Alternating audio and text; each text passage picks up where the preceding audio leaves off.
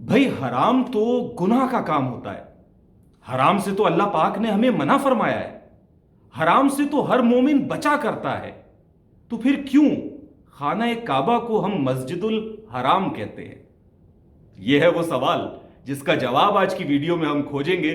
हमारे साथ रहिएगा।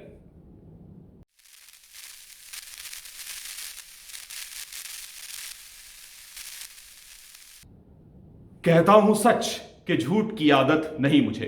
अस्सलाम वालेकुम दोस्तों, अजीज और रफीको, कैसे मिजाज हैं आप अहबाब के? मैं अजीमुर रहमान उस्मानी एक बार फिर आपके सामने एक नई वीडियो, एक दिलचस्प सवाल के साथ हाजिर खिदमत हूं। लेकिन अगर इस चैनल पर आप नए हैं, अभी तक आपने चैनल सब्सक्राइब नहीं किया है, तो जान लीजिए कि यहां दिलचस्प और मुश्किल तरीन सवालात पर गुफ्तगू होती है। लिहाजा चैनल सब्सक्राइब हो जाए, बेल आइकन दबा दें ताकि हर हफ्ते मेरी वीडियोस आप तक पहुंचती रहे। चलिए आज के सवाल की जानिब बढ़ते हैं। भाई एक हमारे दोस्त हैं फैसल रियाज साहब, उन्होंने कुछ अरसा कबल मुझसे यह सवाल पूछा था कि अजीम भाई, लफ्ज हराम से तो हर मोमिन की तबीयत इज्तिनाब करती है। यह लफ्ज ऐसा है कि जिसे सुनते ही एक मुसलमान को गुनाह का एहसास होता है। तो फिर क्यों खाना ए काबा को मस्जिदुल हराम कहा जाता है? ये बड़ा दिलचस्प सवाल है, बड़ा इंटरेस्टिंग क्वेश्चन है, वैलिड क्वेश्चन है। मैंने सोचा कि अगर ये सवाल उनके जहन में पैदा हुआ है तो बहुत मुमकिन है कि ऐसे बहुत से अहबाब हों कि जिन्होंने कभी ना कभी इस सवाल को सोचा हो, तो क्यों ना इस पर एक वीडियो बना दी जाए। लिहाजा इसीलिए आज मैं आपसे ज़िमन में हम कलाम हूं। अजीजान मन, असल मसला उर्दू और अरबी जबान का आपस में गड़मड़ हो जाना है। हम जानते हैं कि उर्दू एक लश्करी जबान है जिसमें दुनिया भर की मुख्तलिफ जबानों के अल्फाज शामिल हो गए हैं।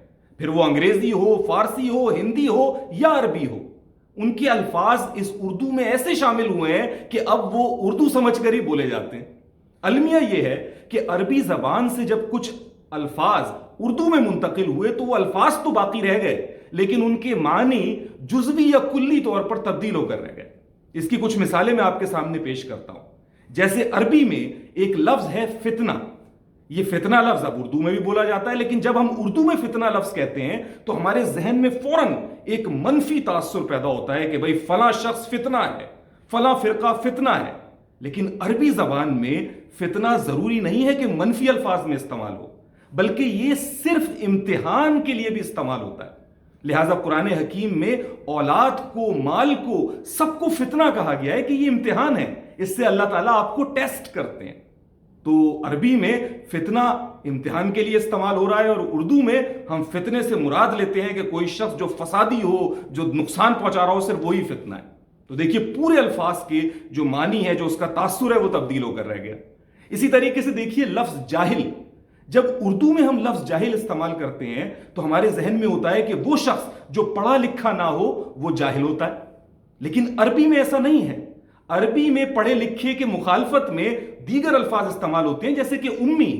लेकिन जाहिल का लफ्ज उस शख्स के लिए इस्तेमाल किया जाता है कि जिसकी अकल पर जज्बात का पर्दा पड़ गया हो, चाहे वो गुस्से का पर्दा हो, चाहे शहवत का पर्दा हो, लेकिन उसकी अकल को जज्बात ढांप लें तो उसको जाहिल कहते हैं। और उसकी बड़ी जबरदस्त तहकीक डॉक्टर इसरार अहमद रहमुल्लाह ने अपने लेक्चर्स में पेश की है। तो देखिए यहां फिर मानी बिल्कुल तब्दील होकर रह गए। इसी तरीके से एक लफ्ज है जलील। ये अरबी का लफ्ज है, लेकिन उर्दू में लफ्ज जलील गाली के तौर पर इस्तेमाल होता है। यानी अगर मैं किसी को जलील कहूं कि भाई तुम जलील हो, तो वो शख्स जो है वो गुस्सा होगा कि तुमने मुझे गाली दी है। लेकिन अरबी जबान में जलील का लफ्ज कमजोर के लिए भी इस्तेमाल होता है। कोई भी चीज, कोई भी शख्स, कोई भी मामला जब कमजोर पड़ जाता है तो हम कहते हैं कि ये जलील हो गया। तो देखिए ये अल्फाज बिल्कुल मुख्तलिफ हो गए। इसी तरीके से दीगर बेशुमार अल्फाज हैं, जैसे दीन। यानी हम जब दीन का लफ्ज उर्दू में बोलते हैं या पढ़ते हैं तो फौरन हमारे जहन में आता है कि भाई इस्लाम की बात हो रही है, दीन की बात हो रही है। लेकिन दीन के बहुत सारी मानी अरबी के अंदर मौजूद हैं, जिनमें से एक मानी रोजे जजा है या जजा का मामला है, जिस वक्त फैसले का दिन। इसीलिए हम कहते हैं कि यौमुद्दीन, मालिक यौमुद्दीन, रोजे जजा का मालिक है। लेकिन उर्दू में दीन जब भी हम सुनते हैं तो हमारे जहन में मजहब, इस्लाम का तसव्वुर पैदा हो जाता है। तो आपने देखा कि अल्फाज बहुत से ऐसे हैं जो अरबी से जब उर्दू में मुंतकिल हुए तो वो अपने मानी जुज़वी या कुल्ली तौर पर खो बैठे। اب جب یہ بات سمجھ آ گئی تو انشاءاللہ ہمارا جو آج کا سوال ہے اس کا جواب جاننا بھی آپ کے لیے ممکن ہو جائے گا۔ تو بھائی پھر سوال کیا تھا؟ سوال یہ تھا کہ حرام تو ایک منفی لفظ ہے، پھر دنیا کی سب سے پاکیزہ عبادت گاہ یعنی خانہ کعبہ کو ہم مسجد الحرام کیوں کہتے ہیں؟ تو جناب اس کا جواب بڑا سادہ ہے کہ لفظ حرام اردو میں الگ ہے، عربی میں الگ ہے، یا یوں کہیے کہ اردو میں وہ بہت لمیٹڈ ہے اور عربی میں اس کے معنی بہت وسیع ہیں۔ لہٰذا جب ہم اردو میں لفظ حرام سنتے ہیں تو ہمارے ذہن میں گناہوں کا تصور آتا ہے، ہمارے ذہن میں یہ آتا ہے کہ بھئی حرام کام نہیں کرنا ہے، جھوٹ نہیں بولنا ہے، چوری نہیں کرنی ہے، دھوکہ نہیں دینا ہے، کسی بے گناہ کو قتل نہیں کرنا ہے، حرام نہیں کھانا ہے، خنزیر نہیں کھانا ہے، مردار نہیں کھانا ہے۔ یہ ساری چیزیں ہمارے ذہن میں پیدا ہوتی ہیں جب ہم لفظ حرام کو سنتے ہیں۔ کیوں؟ کیونکہ اردو میں یہ انہی معنوں میں مستعمل ہو کر رہ گیا ہے۔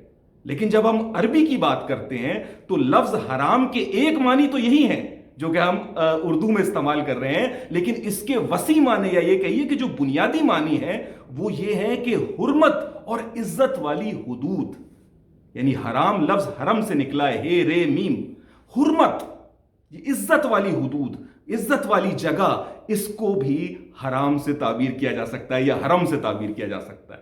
لہٰذا آپ جانتے ہیں کہ لفظ حرم بھی اپنے آپ میں موجود ہے۔ پھر محرم، یعنی میرے ذہن میں ابھی آیا کہ محرم، جو آپ مہینے کی بات کرتے ہیں کہ محرم کا مہینہ کیوں سے محرم کہا جاتا ہے؟ کیونکہ وہ حرمت عزت والا مہینہ ہے اور اس میں اضافی پابندیاں ہیں، ان حدود کی مزید پاسداری کرنی ہوتی ہے جس میں نیکی کو اختیار کیا جائے اور بدی کو مکمل چھوڑا جا سکے۔ اسی طریقے سے جب ہم حج کرنے جاتے ہیں تو ہم احرام پہنتے ہیں، ٹھیک ہے، یہ بھی اسی لفظ حرم سے نکلا ہے، رے میم سے، ٹھیک ہے۔ تو ہر چیز جو کہ اللہ کی حدود کی پاسداری کے لیے ہو، ان بندشوں کی جانب نشاندہی کرتی ہو جو کہ حرمت والی ہیں، عزت والی ہیں، اس کے لیے بھی لفظ حرم یا حرام استعمال ہو سکتا ہے۔ یہی وہ رعایت ہے کہ جس سے خانہ کعبہ کو مسجد الحرام کہا جاتا ہے، یعنی وہ عبادت گاہ جو کہ بہت حرمت والی، بہت عزت والی ہے، جہاں اللہ کی حدود کی اضافی پاسداری کی جاتی ہے۔ ہم جانتے ہیں کہ یوں تو کہیں بھی انسان گناہ نہیں کر سکتا، کہیں بھی جو ہے وہ کسی بے گناہ کو یا کسی جانور کو یا کسی پودے کو بنا کسی ویلڈ ایکسکیوز کے نقصان نہیں پہنچا سکتا، لیکن حرم میں یہ حدود اور بھی شدت اختیار کر جاتی ہیں کیونکہ وہ امن کی جگہ ہے۔ اور میں جانتا ہوں کہ جو بھی لوگ مسلمان ہیں جو سن رہے ہیں وہ میری اس بات سے واقف ہیں کہ حرمت والی جگہ سے میری کیا مراد ہے، اور مسجد الحرام اسی رعایت سے کہا جاتا ہے خانہ کعبہ کو۔ امید ہے کہ آپ کو یہ بات واضح ہوئی ہوگی۔ اگر نہیں واضح ہوئی تو میں کہاں بھاگے جا رہا ہوں، کومنٹس موجود ہیں، فوراً کومنٹ کیجئے، انشاءاللہ میں آپ کو جواب دوں گا۔ اور انشاءاللہ اسی کے ساتھ میں آج کی ویڈیو کا خاتمہ کرتا ہوں، مگر اجازت لینے سے پہلے وہی درخواست، وہی ریکویسٹ، وہی استدعا میں دوبارہ آپ سے کروں گا کہ بھائی اگر ابھی تک چینل سبسکرائب نہیں کیا ہے تو میاں کیا کر رہے ہو؟ پلیز اپنے بھائی کے چینل کو سبسکرائب کرو، بیل آئیکن دبا دو تاکہ میری ویڈیوز آپ تک پہنچتی رہیں۔ اگلی ویڈیوز تک کے لیے عظیم الرحمان عثمانی کو اجازت دیجیے۔ السلام علیکم۔